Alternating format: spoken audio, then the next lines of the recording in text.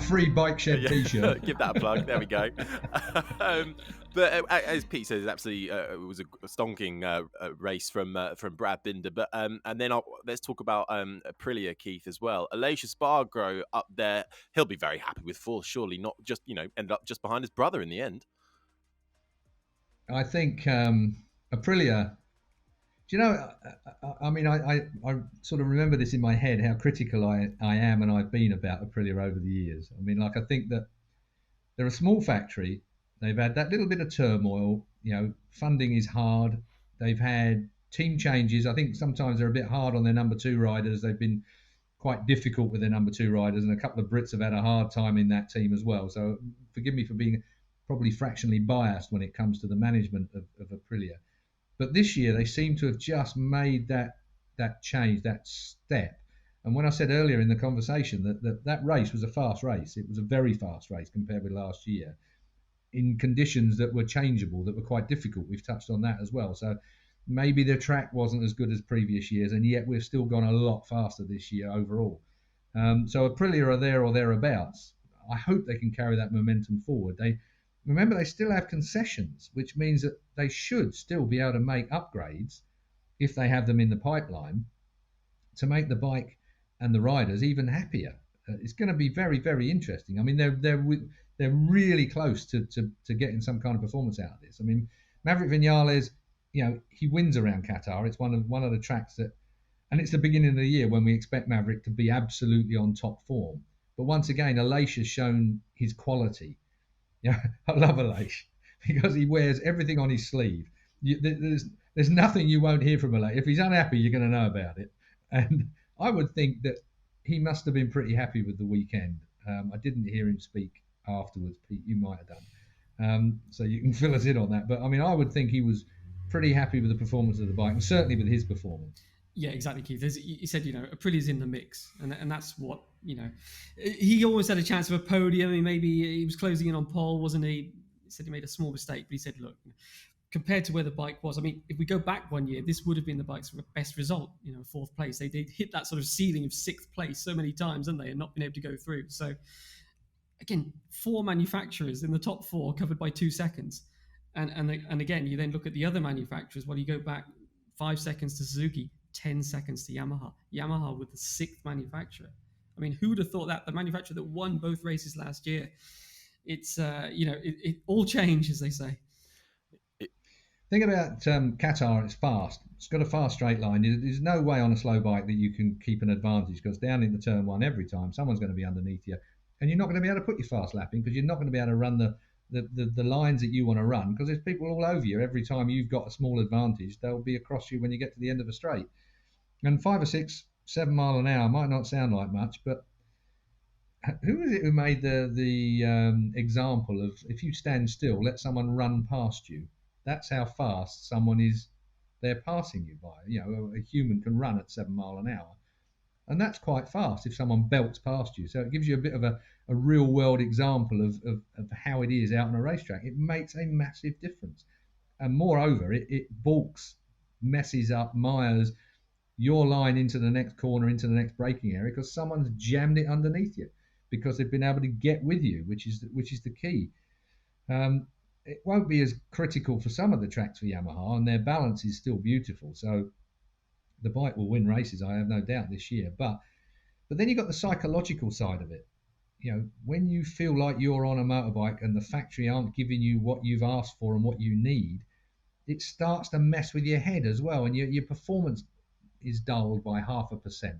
So all these things add up to a bit of a disaster, to be honest. I mean, Quartararo finishing, where did he finish? 9th in the end. Best Yamaha, but 9th place. I mean, thousandths of a second behind Zarco right at the end. Yeah, and Zarco couldn't even qualify into qualifying 2. Zarco didn't get out of Q1. So he was starting well down the field. It's a nightmare for Yamaha. Now, they've had them before, and they've come back brilliantly. But you just can't feel that that's going to be a consistent way to win championships, to keep coming back. You've got to sometimes come, do what I don't know what the problems are with the cross the frame 4-cylinder motorbike. it's not performing perhaps in the way they wanted to at this racetrack. We'll see what happens at Mandalika, which is again an unknown quantity. But when we get to some of the more, tighter tracks, if you like, it's going to come into its own again then. But have you given away too much by then? That's going to be the problem that Yamaha's going to have all year long. How much are we giving away? I mean, Quartararo used the word worried, for good reason. He said, well, look at the race we had last year, look at where we are today. Interesting, probably his race time may have been identical. We've been saying that the bike hasn't changed much. It's probably, he was 10 seconds from the victory, and the race was 10 seconds faster. So it seems like almost he rode the same race as last year in a way. I did try and ask him maybe a little bit unfair question, but I said, look, have Yamaha explained to you why they weren't able to give you this top speed? And he didn't really want to answer that. He said, well, was there a problem? Did they work on something and it didn't work out? Was there a problem? Anyway, related to that, I said, and what about the contract for next year? How much are you going to be these issues with the bike? I mean, how much does that play a part? And he thought pretty carefully, and he said, well, the first part I'll keep to myself. The second part, he said, look, the priority is the performance of the bike. And he said, that's it. And I think maybe, there's some reports of huge amounts of money being asked for. And I think he just wanted to make clear here that he wants a bike that performs. He's here to win, and that's it. He's using this phrase now all the time of pushing 100% whatever the bike does, isn't he? And I think he's just trying to underline that that's what it's all about for him. But as you say, to be in this situation when you haven't signed for next year, I don't know. It's which is why I said right now we got contracts coming up this year, at the end of this year or during this year, and I mean a lot of them are probably close to being signed now because we seem to get earlier and earlier every time when it comes to contract time.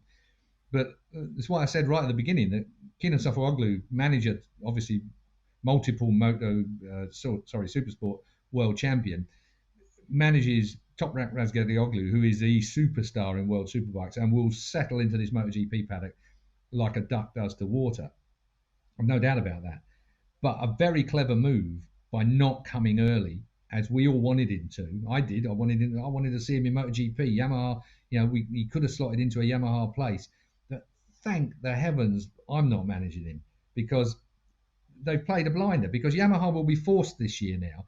They will be forced to put every piece of resource that they have back at the factory into a motorcycle that has more performance for the following year. They must get ahead of this. Otherwise, Yamaha are just going to fall away.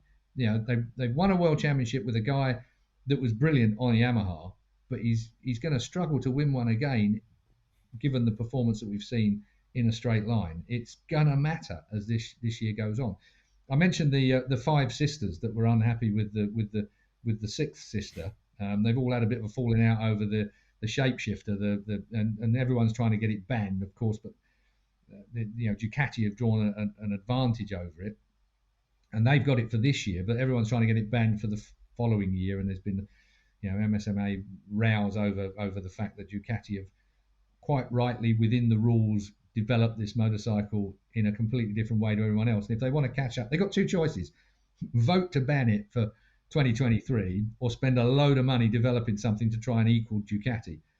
I think if I was one of the five ugly sisters, I'd have my hand in the air to ban it because I wouldn't want to be spending the money. And just on the top speed, you mentioned Suzuki. I mean, that was the surprise really before the race, wasn't it? Where did that speed come from? I mean, and it just exacerbated the situation at Yamaha because it's an inline four-cylinder engine, isn't it? And I don't know enough about the ins and outs, but there's this stereotype that the inline cylinders, they can't produce the same top speed as the V4s, the Ducatis, things like that. But you speak to people, I've spoken to people at some of the top factories that will say, no, look, in engineering terms on paper, there's nothing that prevents an inline four-cylinder having the same top speed. It's more about the psyche of the company. They said, look, if Ducati or Honda made an inline four in MotoGP, it'd be quick on the straight. And I think Suzuki, I think Suzuki have just sort of shown that by bringing out this engine this year, but a surprise. What it's about is characteristics. An inline four and a V4 give different characteristics as to how that bike, engine braking and acceleration, how it performs, where it delivers power, where it is its strongest and the like. And when you've got the likes of Michelin that kind of keep moving the goalposts ever so slightly, it's a question of which bike is hooking up. Obviously, if you hook up just that fraction better onto a long, fast straight, you are going to be 5 miles an hour faster by the end of it. because you carry that momentum all the way through the straight. And hooking up the rear end is a problem for it's something that you hear riders complain about all the time. Of course they do, because they want to push forward straight away. We'll wait and see. It's Yamaha have, whether there's something in the data and the telemetry this weekend that they can sort out. I mean, they were talking about there are other things they can do, and the only thing they can do is either enable you to brake later and so therefore gain an advantage there, or to accelerate earlier and gain an advantage there. There ain't a hell of a lot more. It's not rocket science at the end of the day. What did Graham Crosby, if you remember Graham Crosby, the great Graham Crosby, the Kiwi, you've got to either be on the gas or on the brake. The bit in the middle is wasting time. And that phrase always stuck in my head as a racer, because he's absolutely right. You either go hanging on the wires or bloody or on the brakes, because any rolling in the middle is just using up time with no real major benefit. I like that phrase a lot. On the flip side for Yamaha, Morbidelli looked a lot closer and looked like he has recovered from his injury fairly well. I think he was about 6 or 7 seconds back from Quartararo. Pete, Morbidelli back on it. Have they got two riders that they could at least push the team forward together? Yeah, so should just say all of the Yamahas, all the factory Yamahas, so their big issue in the race was front tyre pressure. Mm-hmm. So I know we're highlighting top speed, and yes, that was a problem for them, but we all knew that was going to be an issue. The problem that they hit that they weren't expecting was that the front tyre pressures went too high, which we've seen Quartararo suffer with before, haven't we? But all three riders spoke about it. Dovi on obviously the factory bike at RNF, Morbidelli, as you mentioned, he mentioned that was the limit for him, and Quartararo surprised by it as well, Quartararo, because he said, look, I wasn't that close. He was behind Bagnaia and Martin when they fell, but he said, look, I was about a second behind. They went way above the pressure numbers that they were expecting.